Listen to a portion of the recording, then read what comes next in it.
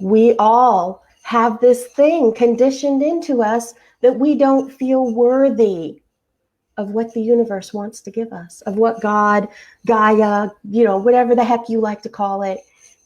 We don't feel worthy of what the light is giving us. And so we sabotage.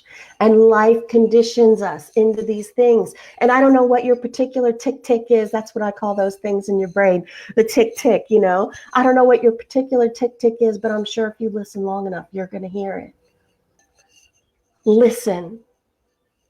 The less that you ask, if you just say, I have faith that you're going to show me the signs and then do the work on yourself, the more you're going to see the signs, Louise. It's interesting. It's just like that thing of when you stop looking for love, it finds you, that saying. When you stop trying and you just allow things to happen, they start to happen so quickly. When you stop pushing, they start to happen. Because that means you're letting the universe do it, and you're not the one trying to drive the bus. Your work, our work, my work is to transform myself, is to work on those pieces inside of me that are unhealed.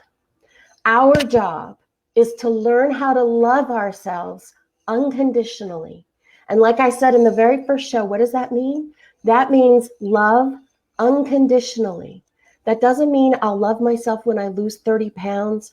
It doesn't mean I'll love myself when I get a better job, when my friend forgives me for that thing I did. I'll love myself when I'm done punishing myself. I could never love myself because of that thing I did. I'll never let go of what I did to that person. I'll always feel guilty or shame no.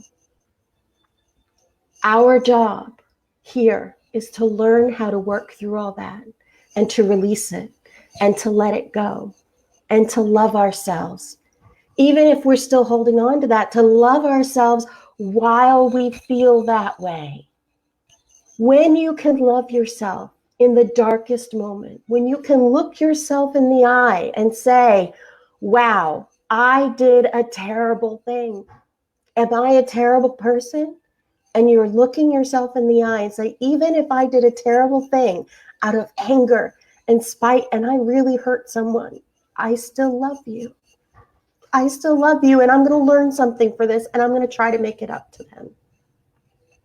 Those are the moments of the most growth in your life. Those are the moments where you transform the most, is when you embrace those parts of you that are the darkest. Those are the moments when you transform, is when you love yourself in the darkest moments. Thank you, Rosemary. And those are the hardest moments to face. For some of us, just looking in the mirror is a huge hurdle to face. How many of you have mastered putting on makeup without looking at your face? I did. When we can learn to love ourselves in our darkest moments, in our saddest moments, when we are the most ashamed, when we feel the most guilty, when we can give ourselves a hug in those moments, give ourselves a break. We have to learn to become our own best friends.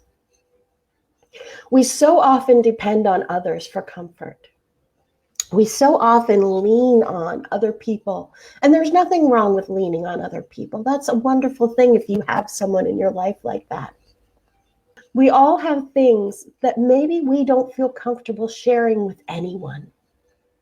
Those things that we feel so much shame about that we wouldn't even tell our best friend.